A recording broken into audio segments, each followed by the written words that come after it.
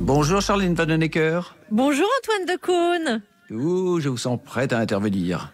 Oh bah oui, nous on est prêts. Écoutez, il y a une journée de solidarité sur France Inter. Donc on a fait revenir notre camarade Marius Colucci pour parler des Restos du Cœur. Et puis nous avons une romancière avec nous qui s'appelle Véronique Olmier. Un programme avec une invitée donc. Magnifique programme. Parfait. On vous retrouve tout de suite. Il est 17h et vous écoutez France Inter.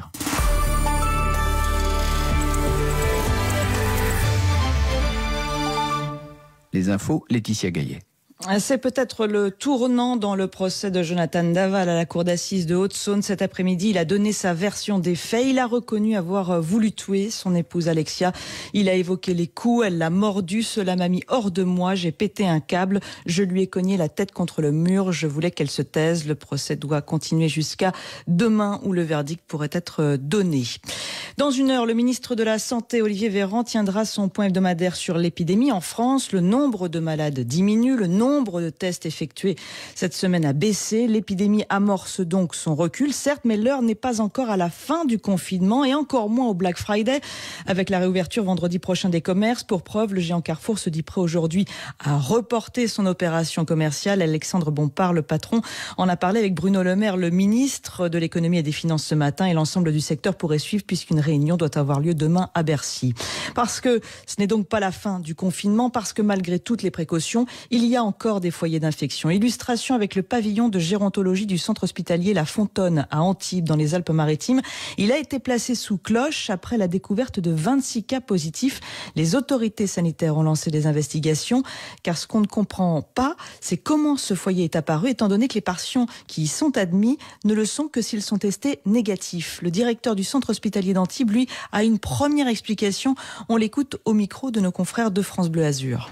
Sont des personnes... Première explication, on l'écoute au micro de nos confrères de France Bleu Azur. Ce sont des personnes âgées, effectivement, donc déjà qui sont hospitalisées, donc qui sont en phase aiguë, qui ont des besoins de soins déjà importants. Et la difficulté que l'on a, et qui est probablement la raison principale de la contamination, c'est que ce sont aussi beaucoup des patients qui déambulent et donc dans leur déambulation ont tendance à avoir des liens de proximité les uns avec les autres et qui fait que pour ces unités-là, c'est plus particulièrement difficile que d'autres unités à contenir le risque épidémique. On est certain effectivement que l'infection a eu lieu à l'hôpital. Aujourd'hui, on arrive dans tous les cas à circonscrire, notamment par la configuration du bâtiment qui est isolé de l'hôpital et nous allons par un ensemble de mesures suivre l'évolution au jour le jour pour apporter aux patients notamment le meilleur soin possible. Bastien Teillard, le directeur du centre hospitalier de La Fontonne à Antibes. Quid aussi des animaux domestiques et des animaux sauvages? Contribuent-ils à la contamination humaine? On en a beaucoup parlé. Eh bien, après étude et analyse, l'ANSES, l'Agence nationale de sécurité sanitaire et alimentaire nationale, affirme aujourd'hui que non, la diffusion du virus est le résultat d'une transmission interhumaine. Gilles Salva est le directeur de la santé et du bien-être animal à l'ANSES. Les animaux ne sont pas un vecteur de SARS-CoV-2 et donc ne vont pas transmettre la Covid-19 à l'homme. Alors, la plupart des espèces animales ne sont pas réceptives, c'est-à-dire qu'elles ne peuvent même pas héberger le virus et le multiplier en petite quantité. Alors, c'est le cas notamment des oiseaux, qui ne sont absolument pas sensibles, ni réceptifs ni sensibles à ce virus. Après, on s'est aussi posé la question pour les animaux de compagnie, en particulier les chiens et les chats. Il s'avère que le chat est réceptif, c'est-à-dire que le chat peut même être malade et avoir des symptômes respiratoires notamment. Par contre, on n'a pas de cas recensés dans le monde actuellement de transfert du chat à l'homme. Et donc, pareil, le chat semble être un cul-de-sac épidémiologique. Même chose pour le chien qui, lui, est encore moins réceptif au sens où le chien ne développe pas de symptômes quand il est contaminé par un virus SARS-CoV-2. Des propos recueillis par Alice Cachaner. Les discussions sur l'accord post-Brexit sont suspendues entre Michel Barnier et son homologue britannique David Frost. La faute à un cas de coronavirus dans l'équipe européenne. La pandémie entraîne des pressions migratoires supplémentaires. Le directeur général de l'Office international des migrations appelle aujourd'hui l'Union européenne à garantir l'accès aux futurs vaccins aux migrants. C'est le nouveau défi, selon Antonio Vitorino. Le Sahel est en train d'exploser. Les migrants africains tentent coûte que coûte de rejoindre l'archipel, par exemple, des Canaries, qui aujourd'hui se retrouvent débordés depuis le début de l'année. Plus de 16 000 migrants sont arrivés en Espagne via ces îles, Valérie Crova. Le petit port d'Arguin-et-Guine est submergé par la vague de migrants. Ils sont 2000 à être hébergés actuellement dans des tentes de fortune installées sur un quai pour permettre aux humanitaires présents de leur donner de l'eau et de la nourriture et pratiquer des tests Covid. Les plus chanceux sont relogés dans des hôtels voisins désertés par les touristes. Si les arrivées continuent, nous ne pourrons plus faire face, faute de moyens, redoute l'un des responsables de la Croix-Rouge espagnole. En début de semaine, la police a laissé sortir du port plusieurs dizaines de migrants, majoritairement originaires des pays du Maghreb, qui n'avaient nulle part où aller. Les autorités régionales se disent dépassées par la crise et reprochent à Madrid de les abandonner. Le président de l'archipel des Canaries a lancé un appel au gouvernement central pour que des migrants soient transférés le plus vite possible sur la péninsule. En attendant, 200 d'entre eux doivent être abrités dans un ancien entrepôt de l'armée près de Las Palmas. Valérie Crova, ce pourrait être l'amendement qui désamorce la crise à propos de la proposition de loi sur la sécurité globale. On apprend ce soir que Gérald Darmanin, le ministre de l'Intérieur, devrait proposer un amendement qui garantit la liberté de la presse. Voilà qui pourrait donc mettre un terme au tollé suscité par l'article 24 qui encadre la diffusion d'images des forces de l'ordre en action. Dans un texte commun, plusieurs rédactions, dont celle de France Inter, ont signé aujourd'hui un texte pour dénoncer le texte de loi. Un mot des championnats d'Europe de judo à Prague en République tchèque. La jeune judoka française Chirine Boukli a été sacrée championne d'Europe des moins de 48 kilos à 21 ans et ce dès son premier combat. Et puis un mot de foot également. Corinne Diacre garde la tête haute. Les problèmes, nous les réglerons les yeux dans les yeux. La sélectionneuse de l'équipe de France de football a annoncé aujourd'hui le retour d'Amandine Henry dans l'effectif des Bleus et ce malgré les critiques cette semaine de la capitaine. S'il faut des remises en question, j'y suis prête, a dit Corinne Diacre. Mon engagement est total. Rendez-vous également sur le terrain. Ce sera le 27 novembre prochain à Guingamp contre l'Autriche dans le cadre des qualifications pour l'Euro 2022 de foot féminin. France Inter, il est 17h06. France Inter, à vos côtés. Crise sanitaire, confinement, crise économique. Choisissons la générosité face à la hausse de la pauvreté en France. Ce jeudi, journée spéciale, confinée mais solidaire. Soyons attentifs aux plus fragiles. Une journée pour les écouter dans toutes nos émissions et soutenir les associations. Aidez, donnez, participez aux mobilisations près de chez vous. Tous les liens sur franceinter.fr. Hashtag confiné mais solidaire, c'est aujourd'hui. Ma femme n'arrête pas de me dire que j'ai du mal à prendre les bonnes décisions. Je lui ai dit que ce n'était pas vrai, vu que je suis avec elle. Ça la fait rire. Mais là, je dois choisir notre fournisseur de gaz naturel. Donc, quelqu'un peut m'aider ? Oui, bien sûr. Vous pouvez choisir Engie, qui est le premier fournisseur de gaz naturel en France. Et en ce moment, du 16 au 29 novembre, bénéficiez de moins 20% sur votre abonnement pendant 1 an sur l'offre gaz énergie garantie 1 an. Appelez vite le 3101. Service et appel gratuit. J'agis avec Engie. Voir conditions sur infogaz.engie.fr. L'énergie est notre avenir. Économisons-la. Et surtout, vous ne vous économisez pas, les jupitériens, c'est à vous. Oh bah non, on s'économise jamais, nous, on se donne à fond, n'est-ce pas? À fond. C'est pour ça qu'on est premier, on est champion, on a gagné. On a gagné rien du tout. On n'est pas deux. On gagne quand c'est sur la durée. Hein. On a gagné, on dit pas qu'on est deux, on a gagné. Allez, la tête froide, c'est parti, merci Laetitia Gaillet. Elle vous en prie.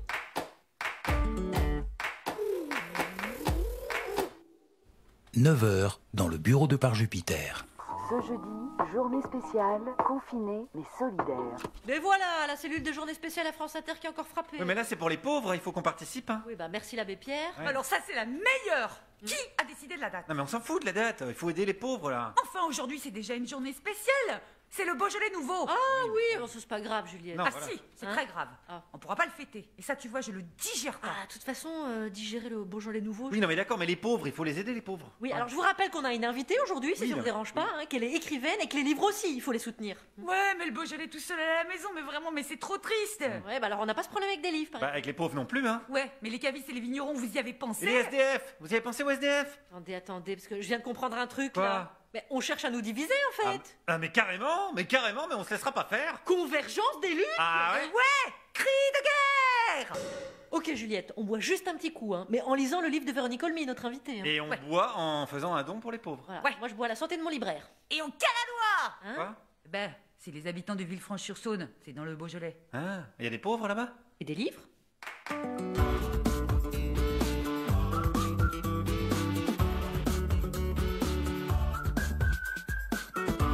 Bonsoir les pauvres. Bienvenue à France Inter. Donc voici la devise du jour. Rien ne sert de courir, il faut d'abord remplir notre attestation. Voici le sommaire de votre programme radiophonique. Juliette. Une partie de la communauté catholique française ne supporte plus que soit interdit un type bien particulier de rassemblement de plus de 6 personnes, la messe. Alors ils râlent. Comme les libraires, comme les restaurateurs, oui, mais... Quand c'est pour l'église, vous voyez, on a le droit. On a le droit, c'est ça, c'est comme ça, c'est le système. Dites stop. C'est la nouvelle campagne contre la souffrance animale qui tente de se frayer un chemin dans l'actualité. C'est un thème qui semble pour l'instant étouffé, tel un porc amené à l'abattoir.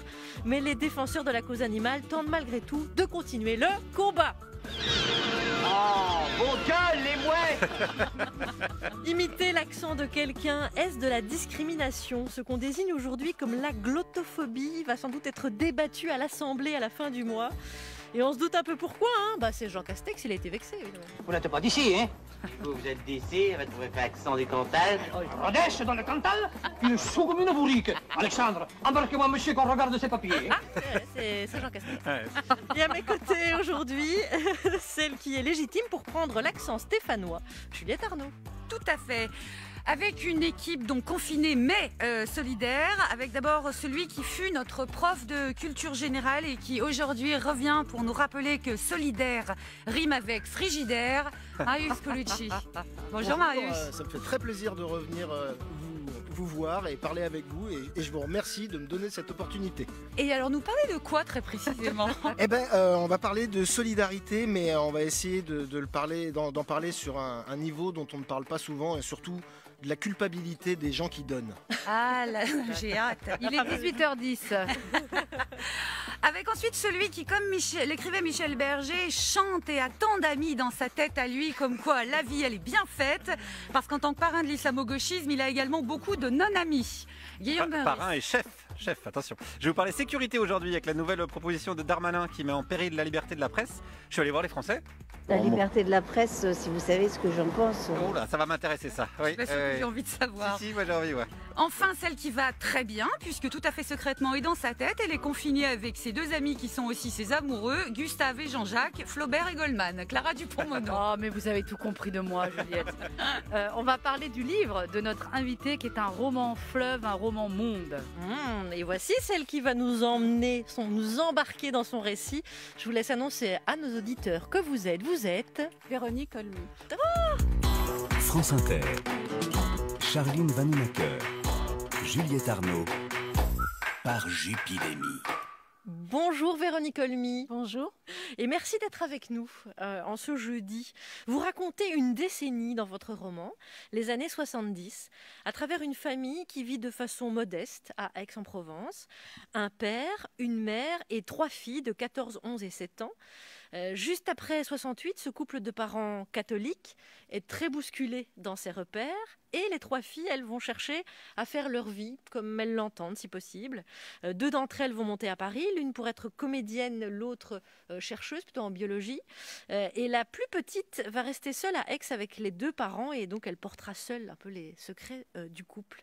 Alors Véronique Olmy, pourquoi est-ce que c'est cette famille-là, parmi tellement d'autres en France, que vous avez choisi pour raconter la décennie des années 70 jusqu'à 1981? J'avais envie, en fait, de parler du temps qu'il faut pour changer une mentalité, pour que les mœurs évoluent et pour que soi-même, quel que soit le milieu culturel, religieux, social dans lequel on a été plongé, on s'ouvre à d'autres réalités. Et alors, il m'a paru assez intéressant de parler du retentissement. Ne pas être en 68, mais 2 ans après. Ne pas être à Paris, mais en province. Ne pas être chez des gens convaincus par le besoin, la nécessité de changer une société très enquistée, très plombée, avec une mentalité vraiment assez un peu mortifère, et de la placer chez des gens qui sont des catholiques non pas intégristes ni traditionnels, mais qui obéissent au pape, quoi, qui sont vraiment, je pourrais dire, de bonne foi.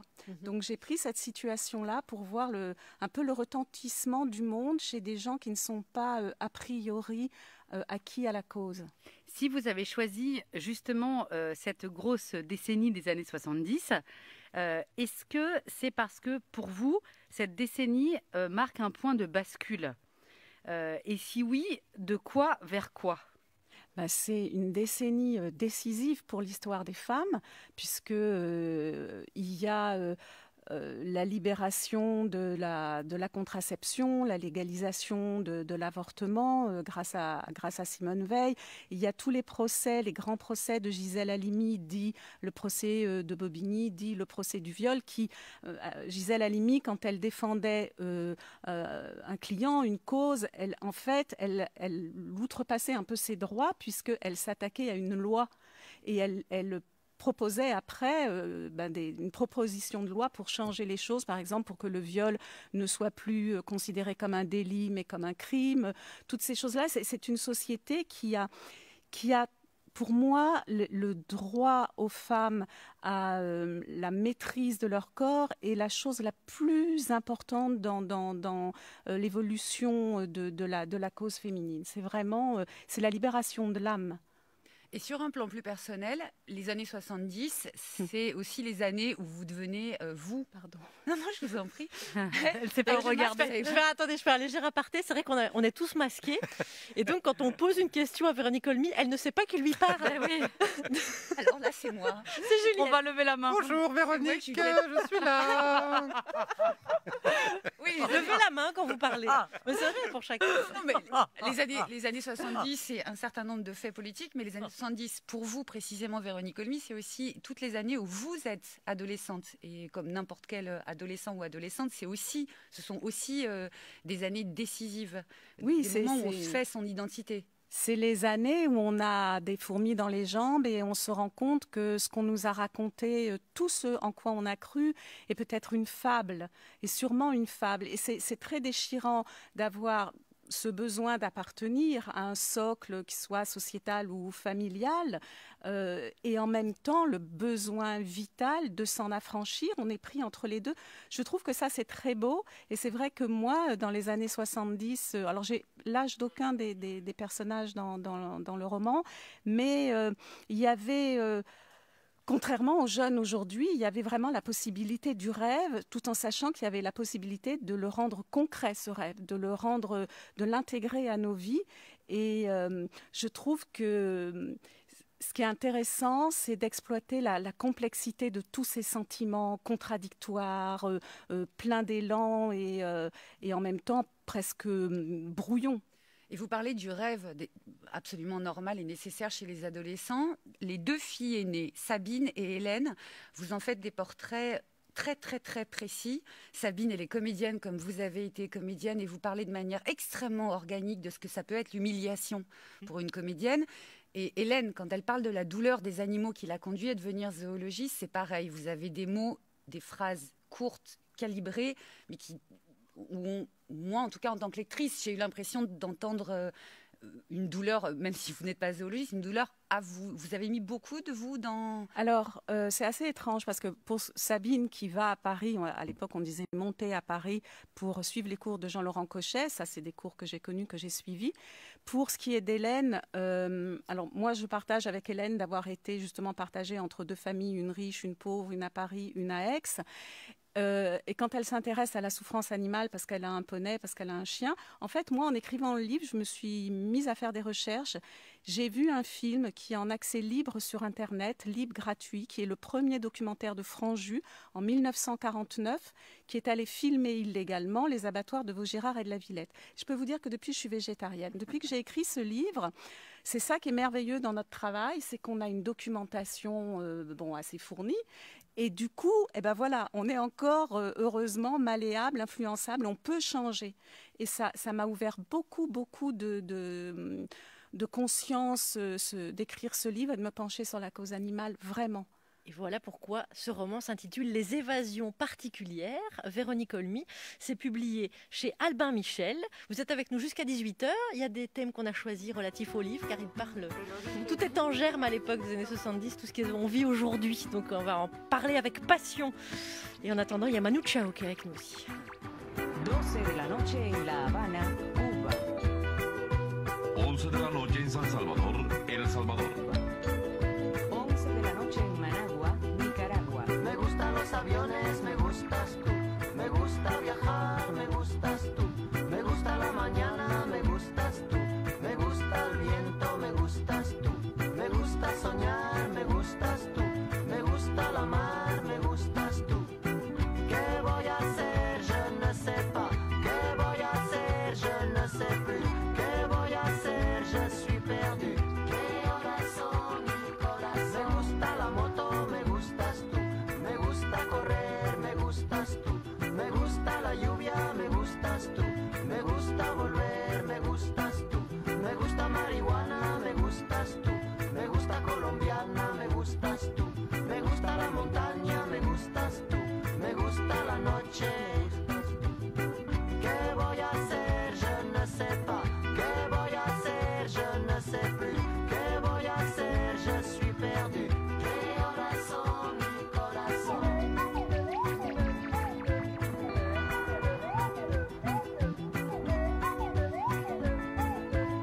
12, un minuto.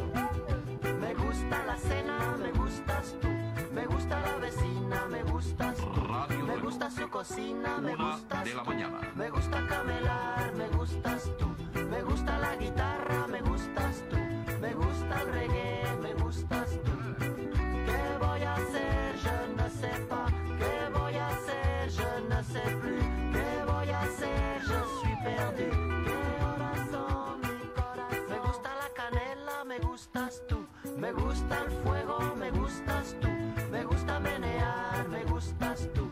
Me gusta La Coruña, me gustas tú. Me gusta Malasaña, me gustas tú. Me gusta la castaña, me gustas tú. Me gusta Guatemala, me gustas tú. ¿Qué voy a hacer? Je ne sais pas. ¿Qué voy a hacer? Je ne sais plus. ¿Qué voy a hacer? Je suis perdu. ¿Qué horas son, mi corazón? ¿Qué voy a hacer? Je ne sais plus. ¿Qué voy a hacer? Je ne sais plus. ¿Qué voy a hacer? Je suis perdu. ¿Qué horas son, mi corazón? ¿Qué voy a hacer? Je ne sais plus. ¿Qué voy a hacer? Je ne sais plus. ¿Qué voy a hacer? Je suis perdu. ¿Qué horas son, mi corazón? Vous écoutez France Inter par Jupiter aujourd'hui avec l'auteur de Bakita, Véronique Olmy est avec nous et elle publie aujourd'hui Les Évasions particulières chez Albin Michel. Et pour l'entourer, Juliette? Eh bien, nous avons d'abord Marius Colucci qui sera suivi, puisque c'est obligatoire, par Guillaume Ries. Et je me réjouis d'entendre Clara Dupont-Moreau. Et en attendant, un journal pour se remettre d'équerre sur l'information. La première bataille, c'est de loger tout le monde dignement. Je ne veux plus, d'ici la fin de l'année, avoir des femmes et des hommes dans les rues, dans les bois ou perdus. Le journal de presque 17h17. Bah, c'est raté. Sa mère m'a enfermé dehors. Et on commence par les titres. Oui, dans ce journal, on parlera des violences policières. Non, mais non, ça n'existe pas, il n'y en a pas. On peut plus les filmer, ça n'existe pas, point barre. Ok, d'accord. Alors, Ah on oui. reviendra aussi sur le réchauffement climatique. Non, ça n'existe pas. Le gouvernement, il en parle? Non, ça n'existe pas. Ok, bah alors, Voilà. enfin, on parlera de l'efficacité du gouvernement dans la lutte contre la Covid. Non, il n'y a pas de preuves non plus, Charline. On n'en parle pas de tout ça. On va parler. On ne parle pas de ça. Vous allez être fiché S, hein, si ça continue. On commence par la politique. Oui, Bruno Le Maire, le ministre de l'économie, a demandé aux enseignes si elles pouvaient décaler le Black Friday prévu vendredi prochain. Oh là, attention Bruno, on va pas te faire un claquage quand même. La dernière fois qu'il a essayé d'imposer un truc, c'était à Renault. Et puis résultat, les salariés continuent à pointer, mais à Pôle emploi. La ministre Amélie de Montchalin a déclaré hier sur Europe 1 que 97% des guichets des services publics sont ouverts pendant le confinement. Et c'est là qu'on se rend compte que les services publics sont plus efficaces pendant un confinement qu'en période normale. Guillaume, attendez, parce que je vous rappelle que vous êtes quand même dedans le service public aussi. Oui, ben moi j'ai jamais été aussi efficace que pendant le confinement. Je fais ma chronique des exercices, le journal, je prépare même une émission sur le gainage. Là. Ah oui, on a hâte, on a Bah hâte. oui, oui. Bridgestone à présent, Agnès Pannier-Runacher, la ministre aussi, annonce la présence d'un observateur. Oui, il faut le préciser. Oui, il faut préciser, c'est On vrai. oublie. Oui, Véronique, il y a une ministre qui Elle est s'appelle ministre, Agnès Pannier-Runacher. Ah, Bien sûr. oui. Et elle fait des annonces. Elle annonce la présence d'un observateur dans les négociations à partir de demain. Oui, on exclut le compte-rendu de ce qui a été observé de la part de la direction de Bridgestone. Ouais.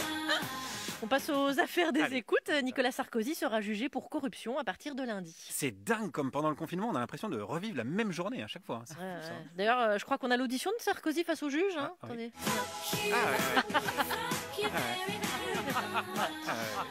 Covid-19 à présent, contre la distanciation physique, la secte Raël prône les câlins gratuits. Il pratique ce qu'on appelle la méthode Morandini. Et en Inde, une tradition invite les hommes d'un village à un combat dans de la bouse de vache. En France, on appelle ça un congrès d'Europe Écologie Les Verts. Science toujours, des chercheurs veulent créer une bibliothèque des odeurs disparues. Et c'est Michel Houellebecq qui sera le parrain, on le rappelle. Science encore, dans Le Parisien, on apprend que les hommes sont plus touchés que les femmes par la Covid. Et donc la Covid fonctionne exactement à l'inverse de Roman Polanski. Protection animale maintenant. On enchaîne. Protection animale. Brigitte Bardot a récemment envoyé un courrier au garde des Sceaux afin de lui demander de gracier le chien Curtis responsable de la mort d'Elisa Pilarski. Ça c'est bien ça. Ah, vous vous intéressez à cette affaire? Non mais ça permet de savoir que Brigitte Bardot est toujours vivante. Ça évite de devoir vérifier parce que des fois on sait plus. 10,2 tonnes de cannabis et 1 tonne de cocaïne ont été saisies ce mois en France. Ouais, visiblement la nouvelle émission d'Edouard Baird se prépare bien. Oui, ça va être chouette. Et puisque vous en parlez, les audiences radio, France Inter est encore première radio de France et l'a annoncé dans la matinale ce matin. Oui, au championnat du monde d'autofellation, je crois qu'on est pas mal placé. La joie et la fierté de la rédaction et des équipes de France Inter dans une période difficile pour le pays. Vous êtes là et de plus en plus nombreux, comme si, vous nous l'écrivez d'ailleurs parfois, vous aviez trouvé dans votre radio, dans Inter, un remède à la morosité, une consolation, peut-être tout simplement une fenêtre pour respirer. Tout simplement, une fenêtre pour respirer. Bravo Nicolas, une belle souplesse Nicolas Damon. Ouais, mais fair play, la direction d'Inter a appelé celle de RTL ce matin. Ouais, moi j'ai l'appel, j'ai eu l'appel, écoutez.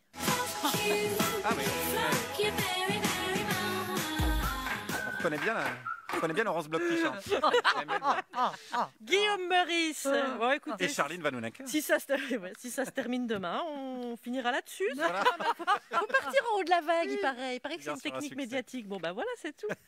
Juliette Arnaud, abordons ce premier sujet avec Véronique Olmy. Un sujet, elle n'y est pas étrangère, nous l'a légèrement suggéré. Voilà, une frange des catholiques manifeste en ce moment pour obtenir ce qui est selon eux un besoin spirituel et donc essentiel, la messe. Parce que, c'est leur mot, c'est une rencontre avec Dieu, la messe. Ils réclament donc une exception, sauf qu'ils ne sont évidemment pas les seuls à réclamer une exception. Chacun plaide pour sa chapelle, prêche pour sa paroisse, bref, chacun cherche son chat. Françaises, Français. On vous a dit, et vous en êtes profondément convaincus, que notre pays ne peut sortir de la crise que si nous consentons tous à faire des efforts. À l'instant même où je vous parle, débute une grande collecte nationale des efforts de tous les Français. En France, nous n'avons pas de pétrole, mais nous avons des efforts. Véronique Olmy, vous venez d'une famille catholique, vous exposez dans votre livre la vie d'une famille catholique, vous l'avez précisé, ce ne sont pas des intégristes, mais ce sont de vrais fervents catholiques qui, par exemple, se réjouissent follement au moment de l'élection de Jean-Paul II. Est-ce que vous comprenez ce désir manifesté par les catholiques, enfin certains catholiques. Oui, c'est certains catholiques. Certains catholiques en ce moment. C'est les catholiques de la Manif pour tous, il faut quand même le préciser. Mais moi, j'ai pas tellement envie en ce moment justement d'être contre. On est très montés les uns contre les autres, les libraires, les syndicats des libraires, les petits commerces, les grands commerces. Bon, je suis pas pour les GAFA, mais je veux dire, on est vraiment en ce moment dans une situation tendue.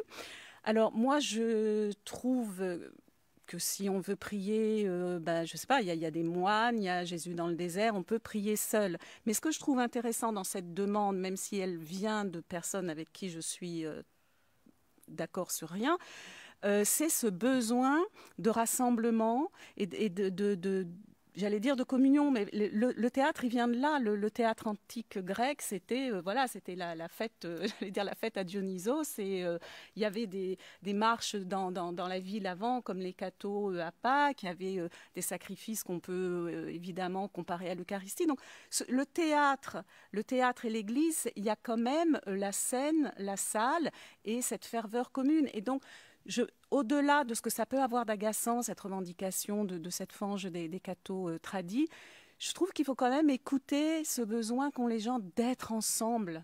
Mais en plus, est-ce que les enfants, en tout cas les jeunes gens, ils n'expriment pas la même chose quand ils disent qu'ils souffrent de ne pas pouvoir aller dans des bars, dans des soirées, dans les boîtes de nuit, dans les boîtes de nuit. C'est aussi, d'une certaine manière, aller à la rencontre de l'autre. S'il y a bien un endroit où on se mélange et c'est connu, c'est plutôt dans des endroits de nuit. Donc c'est un peu la messe ou le badaboum.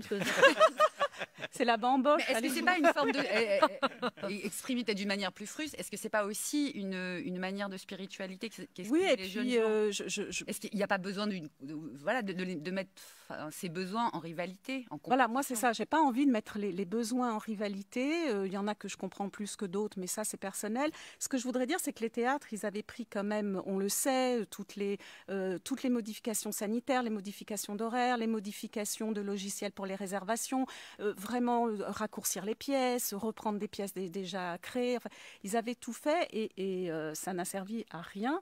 Et donc là, je trouve que c'est vrai que j'aime pas le côté pourquoi faire des exceptions pour l'un pour l'autre, mais j'aime pas non plus qu'on nous monte les uns contre les autres. Une dernière petite chose, votre roman s'appelle Les évasions particulières. Est-ce vous considérez que la foi, c'est une évasion particulière? Pour certains, oui. Pour certains, je pense que ça peut être... Il y a des religions qui sont... La religion, toutes les religions, les 3 religions monothéistes ont leurs intégristes et leur... voilà, à chaque fois qu'il y a de l'intégrisme, les femmes en prennent plein la figure parce que c'est la misogynie et le patriarcat. Donc dans l'Église catholique aussi, mais je pense que ça peut aider la foi, ça peut aider certaines personnes. Véronique Olmy, qui est avec nous en cette journée sur France Inter, confinée mais solidaire. Et c'est la raison pour laquelle nous, on communie maintenant avec Marius Colucci. Oui. D'abord, je voudrais vous dire merci. Merci à France Inter d'offrir son antenne aux associations caritatives et de nous permettre de parler de notre action. Du fond du cœur, merci. Que dis-je merci? Bravo. C'est beau, c'est grand, c'est magnanime. Vive France Inter. Voilà. J'en fais des tonnes pour faire le pitre, mais vraiment, en fait, merci. La communication pour les associations caritatives, c'est vital. Si on communique pas, on n'a pas de dons et on peut rien faire. Donc, merci à vous de nous recevoir aujourd'hui sur l'antenne de France Inter. Et de fait, je vais vous parler des associations caritatives. Alors, rassurez-vous, je ne vais pas vous rabâcher que les Restos du Cœur, grâce à vos dons, ce sont plus de 130 millions de repas distribués dans 2000 centres par 70 000 bénévoles. Parce qu'avec tous ces chiffres, vous allez être paumés, vous allez juste retenir qu'on est une grosse association qui aide les gens dans la rue, et vous avez bien raison, c'est tout ce qui compte. Non, moi je viens vous expliquer comment les associations caritatives aident les gens. Alors, les gens dans la rue, bien sûr, mais aussi les gens qui font des dons, comme vous, moi, nous tous. Parce que quand vous sortez de chez vous, vous avez la patate, vous êtes heureux, et là, vous tombez sur un pauvre gars qui fait la manche. Ça vous mine. Toute la journée, vous allez penser à ce pauvre mec, ça va vous ronger, vous allez vous sentir coupable d'être heureux. Ça fait chier, quoi. Alors, vous pouvez lui filer du fric, bien sûr, n'hésitez pas, c'est très bien, ça va l'aider. Mais ça va pas le sauver. C'est quelques sous que vous lui donnez, c'est pas ça qui va changer sa vie. C'est comme filer un pansement à un mec qui a la grippe. C'est sympa, mais ça sert pas trop, quoi. Alors que si vous donnez cet argent à une association caritative, nous, on sait quoi faire avec. Et on va pouvoir vraiment efficacement aider ce type, et bien d'autres d'ailleurs. Parce que nous, on a le remède contre la grippe, si vous voulez. On peut le sauver. Comme ça, vous êtes sûr que votre argent est utile, que c'est pas juste un pansement. Et puis, il y a une deuxième raison plus profonde pour laquelle les associations caritatives vous aident, nous aident. Des fois, on est dans le métro, on est crevé, on rentre chez nous, on a envie de parler à personne. Et là, débarque Léon et son accordéon, suivi d'un petit gitan aussi sale que mignon, qui nous tend un gobelet dégueulasse en nous regardant droit dans les yeux. C'est un enfer. Alors, c'est pas qu'on veut pas donner, mais c'est le 4e depuis le début de la ligne. On a déjà craché 10 balles. Désolé, mais c'est bon, quoi. On n'est pas responsable de toute la misère du monde non plus. C'est pas qu'on n'est pas généreux, mais d'être sollicité sans cesse, ça nous culpabilise. Alors, je vais vous détendre tout de suite. Je m'appelle Marius Colucci, je suis le fils de Coluche, et je vous le dis en direct à la radio française, je ressens la même chose que vous.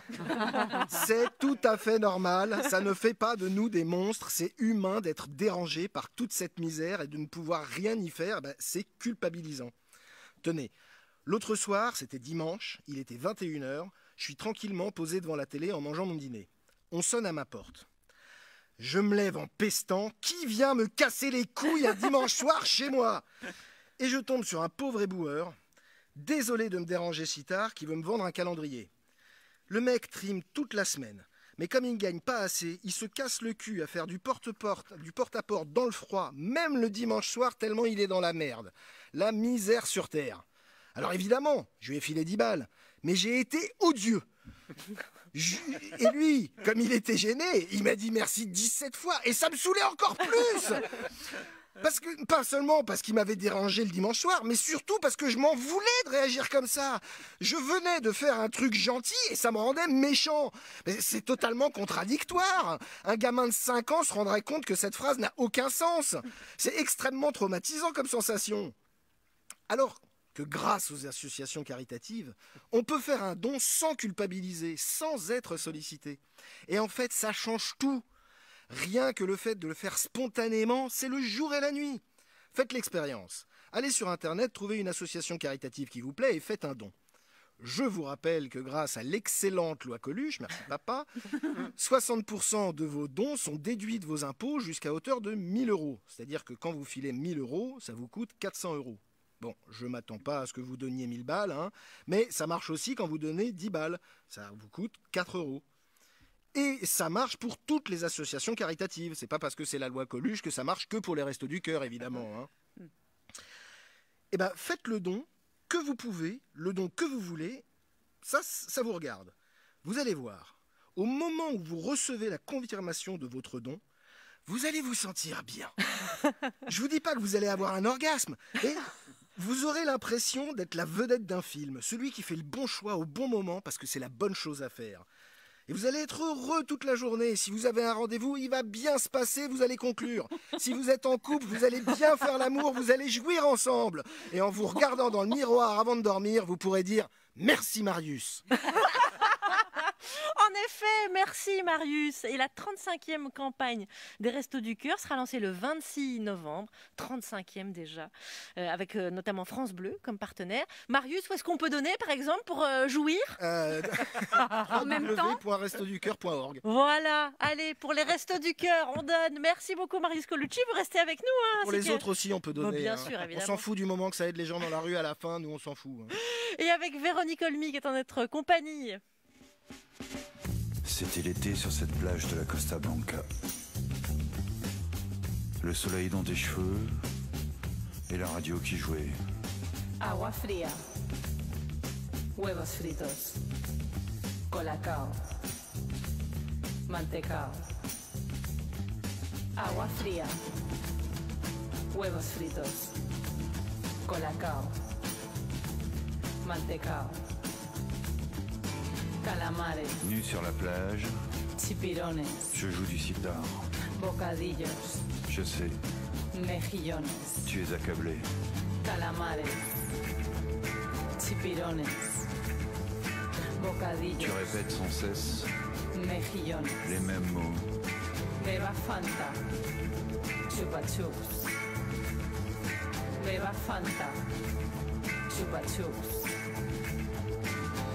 Ma musculature moyenne, acquise en Mayenne, te fait de l'effet. Tu es accablé. Sur la plage bondée, il est 10h15. Je marche dans la lumière. Tu m'aimes déjà, Beba Fanta. mais tu ne le sais pas. Chupa chups. Pan casero. Motifarra. Higo Tu chumbo. répètes sans cesse les mêmes mots. Sobrasada. Pan casero. Motifarra. Higo chumbo. Je n'utilise mon peigne Sobrasada. qu'une seule fois, Calentita. Pollo frito. puis je le lance sur toi. Vino tinto. Jamoncito. Calentita. Tu ne le ramasses pas. Pollo frito. Tu dis, Vino tinto. Jamoncito. C'est Calentita. Si vous comprenez l'espagnol, c'est un petit peu la liste des courses des Liminianas avec Nouria sur France Inter. Nous, dans notre panier, en click and collect, on a mis le roman de Véronique Olmy qui s'intitule Les évasions particulières, paru chez Albin Michel. Véronique, on va y revenir, on va y reparler avec le deuxième thème. Avant cela, nous avons Guillaume Meurice à écouter. Oui, c'est la journée pour les pauvres à France Inter. Bonjour les pauvres, ça va les pauvres? Alors, si vous êtes CSP+, vous inquiétez pas, dès demain, c'est bon, hein, on reprend le cours normal des programmes avec des pubs pour les 4x4 et du confit de canard peinard. Alors, les pauvres, je vais vous parler de la police, donc ça va vous concerner, écoutez bien. Je vais vous parler de cette proposition de loi qui limite la liberté des journalistes à montrer des images de policiers qui vous tabassent. Alors, être filmé en travaillant, nous on connaît, parce que c'est vrai qu'il y a des caméras un petit peu partout là qui nous filment, c'est de la radio enrichie, on appelle ça, et ça permet aux gens qui nous regardent de se dire, oh là là, il a pris un coup de vieux quand même, Marilyn Manson. Mais non, c'est Clara Dupont-Mono. Mais quand on est policier, c'est vrai que ça peut être pénible d'être filmé puisque on n'a pas forcément dit à sa famille qu'on avait raté sa vie. Là, c'est pas facile à avouer. Hein. Moi, je leur dis juste, je croise Nagui. Je suis peinard, il croit que je suis gestionnaire de fortune, je suis tranquille. Mais c'est pas le sujet. Le sujet, c'est donc cette loi de Gérald Darmanin, dit le Turgescent des HLM. Et les Français, ils sont bien contents d'avoir cette nouvelle. Enfin, les Français riches sont bien contents. Je le sais, je les ai rencontrés. La police les protège des manifestants qui sont des révoltés, des sauvages quelquefois, qui démolissent tout, qui nous en veulent. Voilà. Parfois, il y a juste des gens qui luttent pour leurs droits aussi. Oui, oui, mais bon, c'est quoi les droits? Les droits aujourd'hui, c'est les droits de l'homme. Par exemple? Ah, les droits de l'homme. Ils nous feront crever. Ah bah alors ça c'est bien vrai, ma petite dame. Moi j'ai lu les mémoires de Ceausescu, on est bien d'accord avec ça. Les droits de l'homme, ça va nous faire crever. D'ailleurs, droit de l'hommiste, c'est devenu une insulte. Hein. C'est vrai que c'est fou. On pourra pas dire qu'on n'a pas vu venir le fascisme. Hein. Il arrive en klaxonnant, sans déconner. Il fait papon, papon. C'est de l'humour. Allez, on continue. Déjà, tout et chacun a quelque chose à se reprocher. Hein. À plus forte raison, la police. Ils sont là devant, ils font respecter la loi. Donc tôt ou tard, il y a un problème. Hein. Parce qu'ils font respecter la loi, ils ont des choses à se reprocher. Au moment, tu en as marre. Tu peux pas rester comme ça. C'est pas possible. Et ben voilà, quand tu es payé pour faire respecter la loi, tu vas pas la respecter toi-même. Hein. Ça, c'est classique. Hein. Le patron de Monsanto, par exemple, il mange bio. Ne vous inquiétez pas, ça c'est un grand classique. Personne n'aime manger son caca. Pascal Pro, il regarde pas ses news. Il nous regarde nous. Il parle que de nous d'ailleurs dans ces émissions. Donc voilà. Enfin bref, il y a trop de quoi. Il faut de laisser aller envers la police et il faut que maintenant qu'ils reprennent un peu les rênes parce que là c'est pas possible, sinon c'est plus un métier qu'ils font les pauvres. À mon sens, il n'y a pas trop de violence. De violence policière, vous voulez dire? Non, pour moi il n'y en a pas tant que ça. Hein. Si on les filme plus, est-ce qu'il n'y en aura pas encore moins?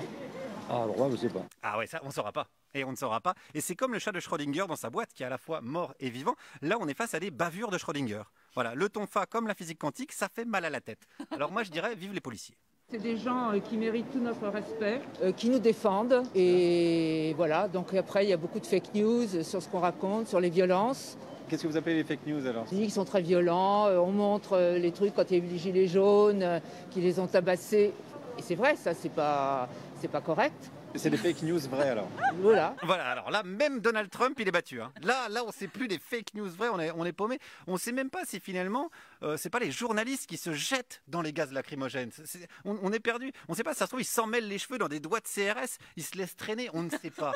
On est perdu. Continuons sur les journalistes, qu'est-ce qu'il faut faire? Il faut un peu réglementer, vous savez, quand on voit les trucs Edoui Plenel et tout, c'est vraiment pas à la hauteur du métier, là aussi, que je respecte, de journaliste. Plenel, vous trouvez que c'est pas à la hauteur? Attendez, mais pour moi, c'est une horreur. C'est une horreur. Pourquoi?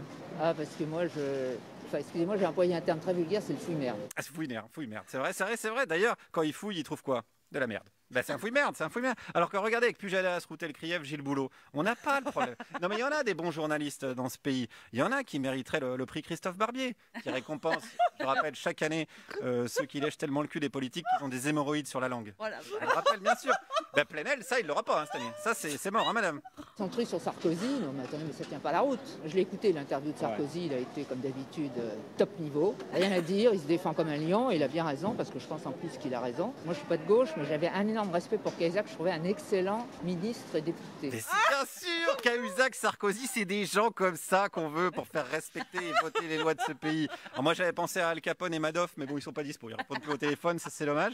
Donc laissez la police faire du maintien de l'ordre dominant, bien évidemment. Mettez-vous bien ça dans le crâne, les pauvres, sinon on vous l'enfonce à coups de matraque. Guillaume Meurice, on aurait cru que vous l'aviez inventée celle-là, et non, elle existe. Et oui, bien sûr. Le réel, c'est toujours plus fort que ce qu'on invente. Eh oui. Véronique Olmy avec nous, abordons cet autre thème. Il y a un slogan qui inonde Instagram, dites stop. Alors attendez, stop à quoi? Parce que, au virus, aux attentats, la crème fraîche dans les carbonara. Stop à la souffrance animale, à un combat du monde d'avant, parce que c'est pire dans le monde d'après. Là récemment, il y a 17 millions de visons abattus ou en voie de l'être, parce qu'ils sont soupçonnés d'avoir fait muter le virus. Du coup, le vaccin pour l'homme ne marcherait plus. Donc hop, allez, c'est parti. Il va y avoir des prix sur les fringues cet été. Il y aura surtout plus de manteaux cet hiver. Des fourrures. Et voilà. Et donc pour faire ressurgir le sujet, rien de tel qu'une petite visite. Je vous propose. Quand les bêtes arrivent, elles sont 150 dans un camion. Pourquoi 150? De façon à ne pas trébucher durant le transport. Une fois qu'elles arrivent ici, c'est pas compliqué. Elles suivent la ligne blanche et on les dirige inéluctablement, elles sont 2 par 2, vers la zone d'abattage. C'est peut-être la partie la moins marrante, quoique. Et là, bon, on n'a jamais dû tirer 2 fois, si vous voyez ce que je veux dire. Bon, enfin, moi, c'est mon petit péché mignon. François Damiens dans Dickeneck, film culte d'Olivier Van Hoffenstadt. Véronique Olmy, dans votre roman Les évasions particulières, qui retrace une famille, une décennie, les années 70, on comprend que là est en germe ce qu'on vit aujourd'hui. Il y a Hélène, l'un des personnages, qui est très très conscientisée à la souffrance animale, qui se pose plein de questions, qui évolue là-dessus. Vous disiez au début de cette émission, les années 70, ça m'intéresse beaucoup parce que la conscience vient lentement, progressivement. Aujourd'hui, qui est une époque où tout va plus vite, est-ce qu'on cherche davantage que dans les années 70 à secouer la conscience, à choquer je prends L214 avec ses vidéos très efficaces. On a trop attendu ou il y a vraiment un parallèle? Non, parce que quand en 62, Rachel Carson a écrit ce best-seller Printemps silencieux qui a été salué par tous les scientifiques, on l'a pas trop écouté. Quand les écolos de l'époque disaient voilà, les rivières sont polluées, tout est pollué, on les écoutait pas. Quand les jeunes en 70 disaient il faut faire du vélo dans Paris parce que sans ça on va tous mourir de pollution, Pompidou est arrivé, le tout voiture. Donc il y a tout le temps, depuis le 19e siècle, il y a tout le temps eu des gens qui tiraient la sonnette d'alarme, des scientifiques, des philosophes, des artistes, des politiques, et puis on les écoutait pas, on les moquait, et aujourd'hui on est dans le mur parce que on le sait, voilà, la biodiversité est tellement anéantie que le Covid il vient de là. Je trouve stupide d'essayer de dire il y a un complot, c'est un truc. Non, c'est nous les responsables. C'est trop facile de penser qu'il y a des puissances riches comme ça qui nous manipulent. C'est les Chinois quand même. Hein. Pardon, excusez-moi. C'est nous. On dit c'est horrible la forêt amazonienne. Ben oui, mais pourquoi il y a la déforestation pour planter du soja, pour la monoculture, pour les animaux qui sont traités de façon dégradante pour nous comme pour eux, pour ces animaux qu'on va tuer à la chaîne. Je veux dire, c'est nous qui sommes responsables. Quand je vous entends parler, j'entends 2 de vos personnages. J'entends Hélène pour la solidité de la conviction, etc. Et la verve aussi de Sabine. C'est un petit peu ça, non? Mais oui, parce que je crois que quand on passe... moi, je passe 2 ans en général sur un livre, il faut l'avoir dans le bide. Juliette, une petite question? Oui, mais il y a une chose qui m'a beaucoup touchée dans la bouche d'Hélène. Elle dit « Les animaux souffrent puisqu'ils aiment ». Et à un autre moment, Hélène dit « Mon chien est mort de chagrin ». Et c'est cette même Hélène qui va devenir zoologiste et qui va faire en sorte de mettre un frein à la souffrance des animaux. Vous avez quel lien avec ces 2 phrases? Les animaux souffrent puisqu'ils aiment et mon chien est mort de chagrin. Parce que moi, mon chien qui est mort de chagrin, je m'en casse la voix, pardon, pourtant j'étais petite il y a très longtemps. Je suis encore émue parce que, en fait, ce deuil-là, qui était mon premier deuil, n'a jamais été outrepassé. C'est-à-dire que tous les deuils profond vis-à-vis d'êtres humains que j'ai pu expérimenter après, c'était la même douleur, la même conscience du plus jamais. Et pourtant, moi, j'avais pas le droit à ce chagrin puisque c'était un chien. Véronique Olmy, revenons donc à votre roman lu par Clara Dupont-Moreau. Ben oui, alors je redonne le titre. Oui, elle est là-bas, c'est la madame avec le masque rose. C'est Marilyn Manson jeune. Donc c'est vous, Véronique Olmy, notre invitée, donc avec ce roman fleuve. Ah bon ? Les évasions particulières. Je le rappelle pour ceux qui n'écouteraient que ma chronique et qui prendraient l'émission en cours de route. Donc vous nous faites suivre 4 destins de femmes, une mère et ses 3 filles, donc depuis l'après-mai 68 jusqu'à l'élection de François Mitterrand. Et les grands événements sont donc racontés et vécus de manière différente par chacune de ces femmes. Précision importante que je redonne, le socle familial est catholique, provincial, pas très riche, et bien sûr, les 3 filles veulent s'émanciper de ce triple cadre. Mais ces 4 femmes ont un point commun, et ce point commun, c'est Bruno. Bruno, qui est le mari et le père, leur point commun, il est masculin. Il apparaît toujours à l'arrière-plan, en creux, à la fois décisif et pourtant périphérique, et c'est pour lui, moi, que j'ai eu le plus de sympathie. Parce qu'en écrivant le destin de ces 4 femmes, vous écrivez en filigrane celui d'un homme. Et c'est un homme qui n'est pas gentil, mais qui est bon. Et ça, c'est très très rare. Notre époque n'aime pas la bonté. Et d'ailleurs, comme elle se sent coupable de ne pas aimer la bonté, elle se rattrape en parlant sans cesse de la bienveillance, alors qu'elle en est justement complètement dépourvue. Pardon d'être un peu plus intelligente que mes coéquipiers, de réfléchir avec du recul. Avoir du talent, c'est un peu un handicap parfois dans cette émission. C'est pas obligé, ça, on aimait bien la chronique jusqu'à maintenant. Mais si Bruno vivait en 2020, il serait vu comme un mou, il serait vu comme un faible, comme quelqu'un qu'on peut écraser, un peu comme le voient ses filles d'ailleurs. Parce qu'en fait, ces filles, elles aiment leur père, mais elles savent aussi que son seul acte de désobéissance de toute sa vie est de ne pas respecter le délai de 8 semaines entre 2 dons de sang. Et puis, sommet de l'audace, Bruno, il a posé sur sa voiture un autocollant « Soyez sport, donnez votre sang », hyper punk. Mais oui, mais parce qu'en fait, pour lui, aider les autres est un acte militant. Il est catholique, je le rappelle. L'élection du pape Jean-Paul II lui arrache des larmes, mais il encaisse les colères de sa fille aînée, Sabine, qui lui dit « Quelle est la différence entre l'église et l'école ? Hein, papa, tu veux bien me le dire ? L'école est une religion.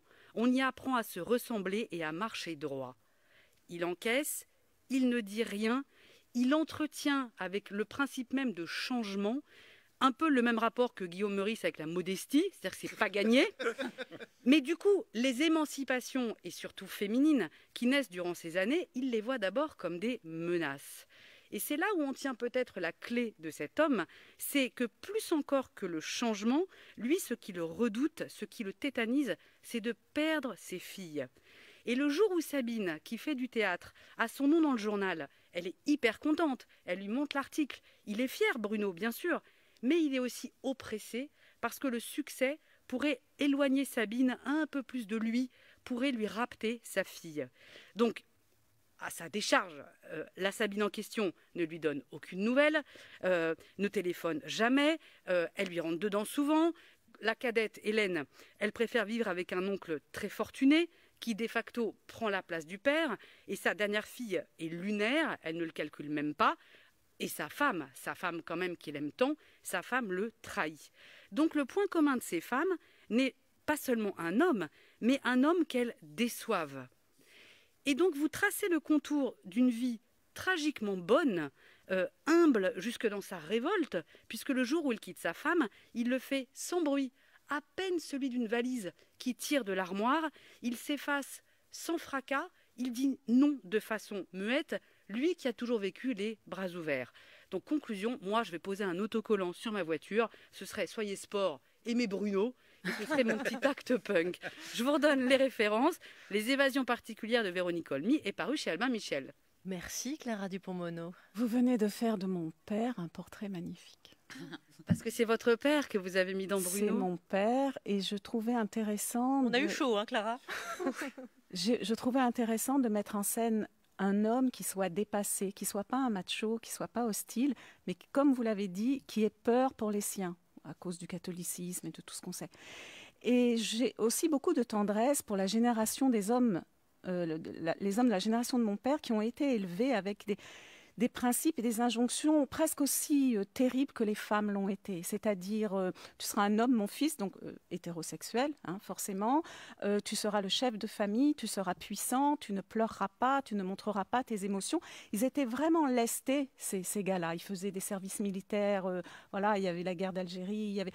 Et puis, ils avaient quand même une sensibilité forte.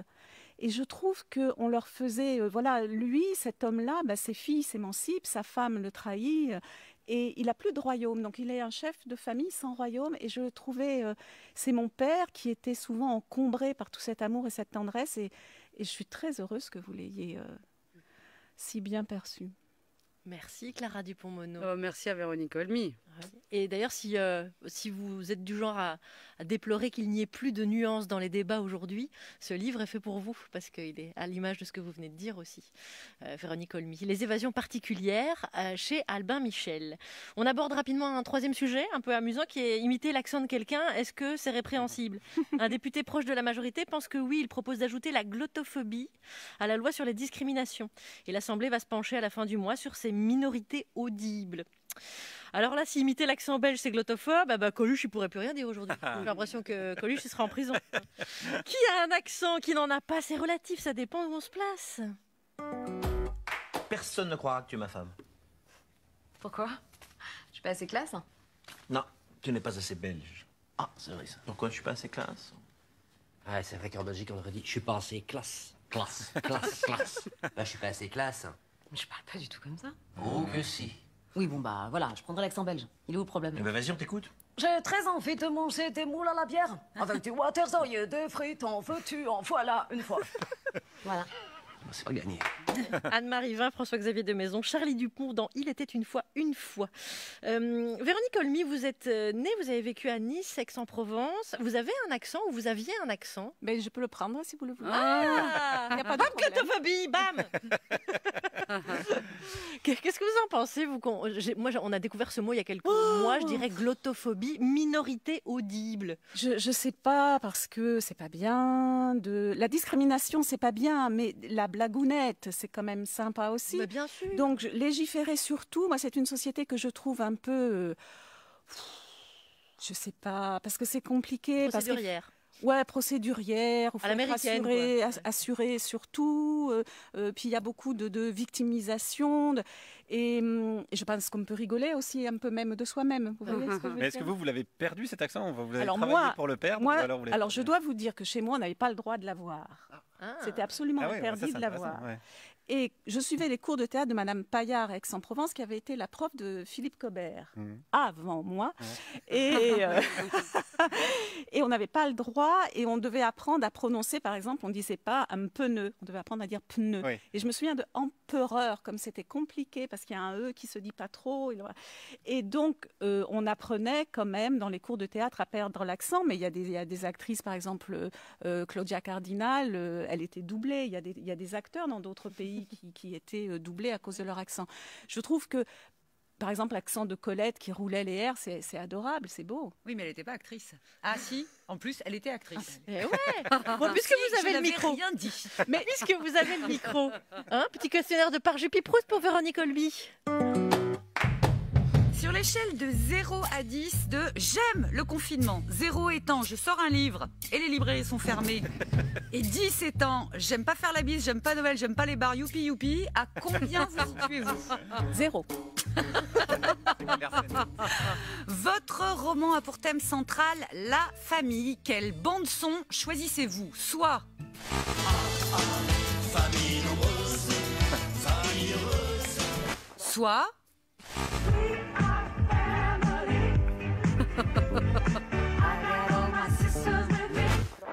alors, ou autre chose. Les Négresses Vertes ou Sister Sledge. Les Négresses Vertes. D'accord, parce que c'est français. Oui. Vous êtes comédienne, vous avez aussi été metteuse en scène. Il faut choisir. Qu'est-ce qu'il y a de mieux dans la vie? Servir ou commander? Ça dépend qui on sert. C'est ce que je me tue à dire à Charline. Dans votre roman, il y a la figure du chanteur engagé. Vous, comme écrivain, vous êtes plutôt Sartre, c'est-à-dire longtemps j'ai pris ma plume pour une épée, ou Stomy Bugsy, le savoir est une arme, ne l'oublie jamais. Bah les deux. Vous êtes à la fois Sartre et Stomy Bugsy. Bugsy. C'est bien, de toute façon, ça va bien avec Sartre qui regardait un peu des deux côtés. Ça, c'est de la louchophobie, je pense. On le sait bien, les écrivains ont des rituels. Proust écrivait du fond de son lit, Flaubert gueulait ses phrases, PPDA les recopiait celles des autres. Et vous? Alors, moi, je suis au lit et je gueule. On peut garder cette phrase, s'il vous plaît, Véronique Olmy. Véronique Olmy. Oh là là, on était tous faits ici pour vous rencontrer. On savait que ça allait matcher. Elle regrette, hein. Elle regrette d'être venue. Et je gueule. Et d'ailleurs, on adore votre roman, Véronique Olmy, donc on le conseille vraiment à nos auditeurs. Les évasions particulières chez Albin Michel. Merci beaucoup, Véronique. Merci à tous. Avec un merci particulier aujourd'hui à Marius Colucci, qui est venu en camarade, donner aux associations et au Resto du Cœur, restoducoeur.fr. Merci, Marius. C'est pas .org? c'est .org? Ouais, je crois bien. Ils ont acheté tous les noms de domaine, ils ont du pognon. Ouais, vous allez trouver Resto du Cœur. Allez, ainsi s'achève cette émission, confinée mais solidaire. À bientôt les fauchés.